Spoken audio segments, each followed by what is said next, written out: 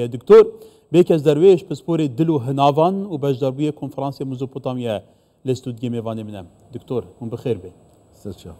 دكتور ايدي خوشة مروف لسر استه هر چار پارچان هفدو ببینه بتایبتی بو دکتوران توزانی جینها راوشا ولاتي مچاوایه اف برلابونا نخوشیان و زانست طبیجی هر کو دیچه زیدتر پیش دکوه کواتاش مرما سرکی یا کنفرانسیه ميزوبوتاميا هکم لور دست پی بکنگل و چیه؟ ميزوبوتاميا كونغركا بزشكي كرد دست بكرن بري 10 سالا و كونغري دهايغو يا خوش وجاري تايبن من دياوينا قول پایتخت کردستان جه خود گری و کرده بزشک نوجدار کرده هر چهار پارچه و اروپا در و اروپا جی بجدار هبون تایبت من دیاوینا که گو هاتنك نزيك بونك داتي كنش نا غلط يكتنا كي اف نا كوماليا يان رابطه يان اورجانيزيشن اف كونغرس كو واقع بزشكن كرد هر چار پرجب تايبت ني با هفدو تايبت من ديا دو ما سرت سكنن جو ام زمانه بزشكي بكردي السميناري خوا تكليه خوا دانوستاندني خوا كارتينن سروي كاردكن بي تایبت بندی بو هر چهار پارچه کردستان و زبان کردی به یا تایبت بندی دو گو اما هفدو ببینن مثلا هر کشما کوملی و بلکه ناف کوملا ندانا پزشکینا دروا یعنی هندروی ولات او تجربه یا پزشکی و هم تجربه اما چون کارن اری کاربن تایبت بو کردستان پارچه کردستانی دیجی و آزاد و نه آزاد چی کام اری کاربن و راستیجی پیاما جناب سروک یعنی دونی وقتا بجدار بوله بوما معنویه که کلکی بقوت بو و بوما وکا گوتی هزک داما گو اما کاربن فکری خو دیتنی خو انا که بکورایی سر میزن که اما کارن چا بردوام بن و چا پیش ببن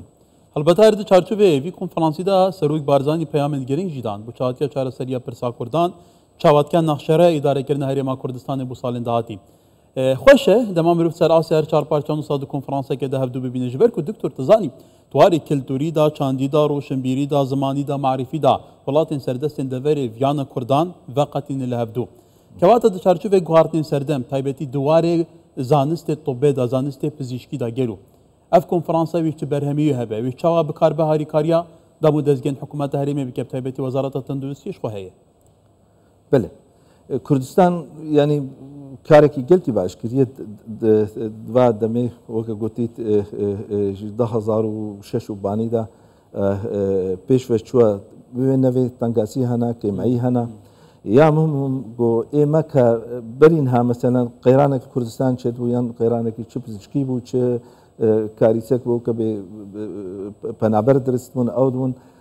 پزشکی درفت هاتن آری کردن غریب هاتن منظماتی غریب هاتن هم سرت سکنن گو ام خو ارگانیزاتورن بکن ام خو دوی باشی ده هکا مسئله که ببین با کردستان و آری کردن مکرجی کاملاجی درست کردن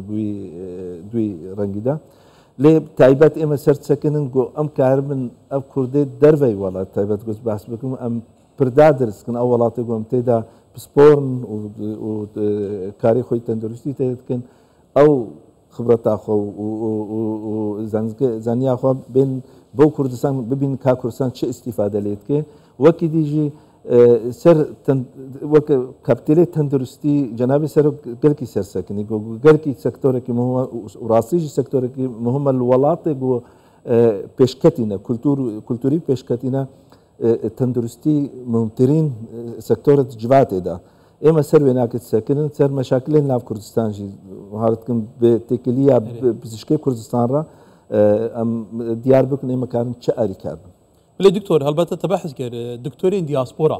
تايبتي وتجربين زيدتر انا جبركو جاليه زانستي ولاتين اوروبا بيشكتي ترن شرط مرجن بيشكتن زيدتر لبردستي ودانا قالوا لويري هند كارن شبو هرما كردستاني بكن هرما كردستان وكا هر ولاتك دائمش ولاتنا پیشکتی هنا دواره وقتی پزشکی ده یان تندرستی ده وڵاتی دیش هەنە مەسەن ئاریکاریە لە ئەوروپا دخوازن لە ئەمریکا یان وڵات وەکە سین و هەند تواناکە بۆ پسپۆریاوەرن ئاریکارن گەلوە کوردستان ئاواکردنی دەیە هێژی دوی پرۆسسی ئاواکردنی دەیە ئێمە ئەمکارن وێ ببین ئەف کۆنگرا هێشت گوام گەلک دکتۆری خۆی پزیشکی وێ دەرێ کوردستان ببین و بوارە گفتوگۆ بکن کا چی پێویستی هەیە چه کیژن خەڵکی ئەستانخانە ببوورینە دکتۆر کەواتە وەش ڕاو شوپاندیە لە هەرێما کوردستانی تو کێماسیین پزیشکیانە کۆن بکاربن ئەف کێماسیە بێنە چارەسەرکردن کێمایە پزیشکی تایبەت ینی ئەو کێمایە گۆمما ینی جانەڕێل مە دەگرن گۆم وەرنەوە بگو ئەم ژیل وا وڵاتە دژین و گرێدای نەبکار و شغلی خۆوەڤە جار جار مثلا کارم بێژم مثلا دوا سێ ساڵێک و دەرباس بووە 4 ساڵی دەرباس بووە 400 دکتۆر پزیشک ji کوردستان چوونە ئەڵمانیا ئەوروپا ئێمە ئەم سەر سەکردن کا ئێمە چاواکردنوی پرۆسسی دیگو پزیشکی ئەوروپا کوردی ئەوروپای گولور کار دکنیان ئێرود بەسوەر و ئێگوت vin vegerne کوردستان بگەڕن ڕاستی ئەستەنگی هەنە کوردستان لوارەی ڕۆتینە لوارەی مثلا تعدیلا شهادە ینی ساڵا درێژتکە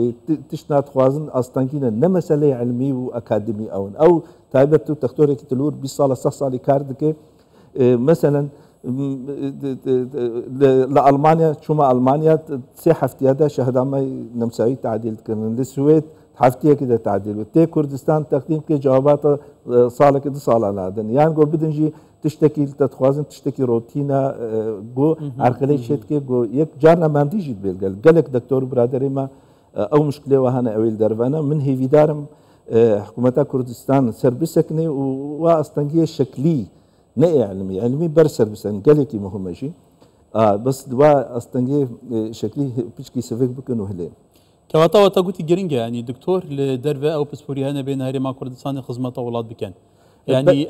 ئەگەر ئەف ڕۆتینە نەبینن هێسان کاری بۆ بێنەکردن ئەکید نەهادین پەیوەندیدار گۆداریەتە دەکەم تایبەتیژ وەزارەتە تەندروستکی کەواتە گەل هەم بەرهەبن بهێن لە هەرێما کوردستانی خزمەتی بکەن بە بەردەوامی خزمەت سەر چەند ئەستایە پزیشکەیە کارێت ساڵێدا جارێکی وەرێ مثلا ئەمە ترینینگ سنتەر بکەن مثلا بەلا 10 پزیشک 20 پزیشکی کوردستان ببنە شوونێک لە ئەوروپا تەکالیفێکی زۆر لێ دەرێدمێنن مشکلێ زمان و واژی ناودەهەیە ئێمە وی پسپۆری تێ نەڤریان ئێمە زۆر تەختۆری کورد شێ بووە ژمارەکە هەزارایە لە ئەوروپا دەرستووە ئەو پسپۆرتێن نەوێ دەرێک و کاربێ 20 پزیشکە لێ دەرێ تەکالیفێکی گەلکی کێلکەم وێ پەروەردا گۆل ئەوروپا ببین لێ دەرێ کار دێنن ئەو تەرەفەکەی دیژی ئێمە کارن مثلا ژمارەك دکتۆرە هەیە دوێ مثلا بێ هەیڤەکە مانگەکە دو مانگاوەرێ کوردستان کار بکە یان بەشەکیل ڤر کار بکە بەشەکیل ئەوروپا کار بکە بەشی دیژی هەیە وەختا ژیانە پزیشکان لەوێ دەرێ باشتر ببێ و ئاریکاری بوارە ببێ بەهۆردکەم ژمارێکی هەیە وەکە من گەل دکتۆری پسپۆرت نەمسا دەبتایبەت و ئەڵمانیا گەلوادە ئاخم ژمارێکی هەیە دوێ بگەڕێ بە کوردستان ئەو ئەستەنگی دوێ بێنە هەلاندن گو ئەف پرۆسسی هەناکە سڤێ ببێ و ڕێل بەرواڤە بێ بێ چۆن پزیشکی کورد چووە ئەڵمانیا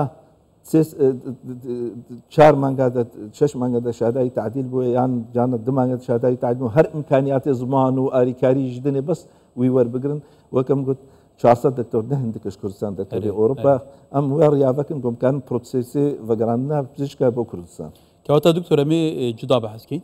لە هەرێما کوردستانی گەلێک کولیژین پزیشکی هەنە یان طبی هەنە ئاستێ معرفی ئاستێ زانستی ئەو شێوازی خواندنێ دە کولیژین پزیشکیدا لە هەرێما کوردستانی گەل و لە گۆرستاندا دەی جیهانینە توێ چاوا دبینی ئەو من ینی ناف سیستەمێ باش سەر وێ نستەکنێ یا دانشگەی و ئونیڤرسیتی واناکەی بەس مستەوای باشە یەک و ڕاستی وەرێ کە سیستەماوێ ناکە یا پەروەردەی باشە ئەو ئەم دبینن ئەو پزیشکی گۆش کوردستان هاتنەوێ دەلوێ دێ کارکن زوو تەبل و پرۆسێسا کار دبن بەرگۆ پەروەردا وا باشە دانشگاوانەکە زۆر باشە ئەو ژی هەیە ئێمە کارن مەسەنن ژمارەك مەسەنن خوێندەوانی کوردستان بێنن دانشگای ئەوروپا بۆ ساڵێک ئەو هەیە ناو ئەوروپا دە دەوڵەتی ئەوروپا دەوەرنە ساڵێک و ئێوێ دەرژی وەرنە کوردستان او جي سيستم بيت في اما كان شون واتيك ليا حسان بكن وبريفا ببن كردستان اذا كاري ببي بشك جوي گوهرتنا خوندوانا جی بو سالك كردستان وفقر عندنا هناك او جي هليغو انفورماسيون وقت انفورميشن نبينا هر يونيفرسيتي وانا كده باش بيش وهري كواتا لداوية تبهيفي قالوا اف كونفرانسي ميزوبوتاميا هون وكو دكتور لسر اسير جار بارجان حتى دياسبورا جي بكاربن لنهاو شوندا نخشاريه كي استراتيجيه كي باش دواري تندرس كي دانن قاف برزگيري كمو بين چارا سركن هيدي البته بله نا كونغرسي من بجدارم نش اورجانيزاسيون ايجو بريفت بن بس بجدارم افجار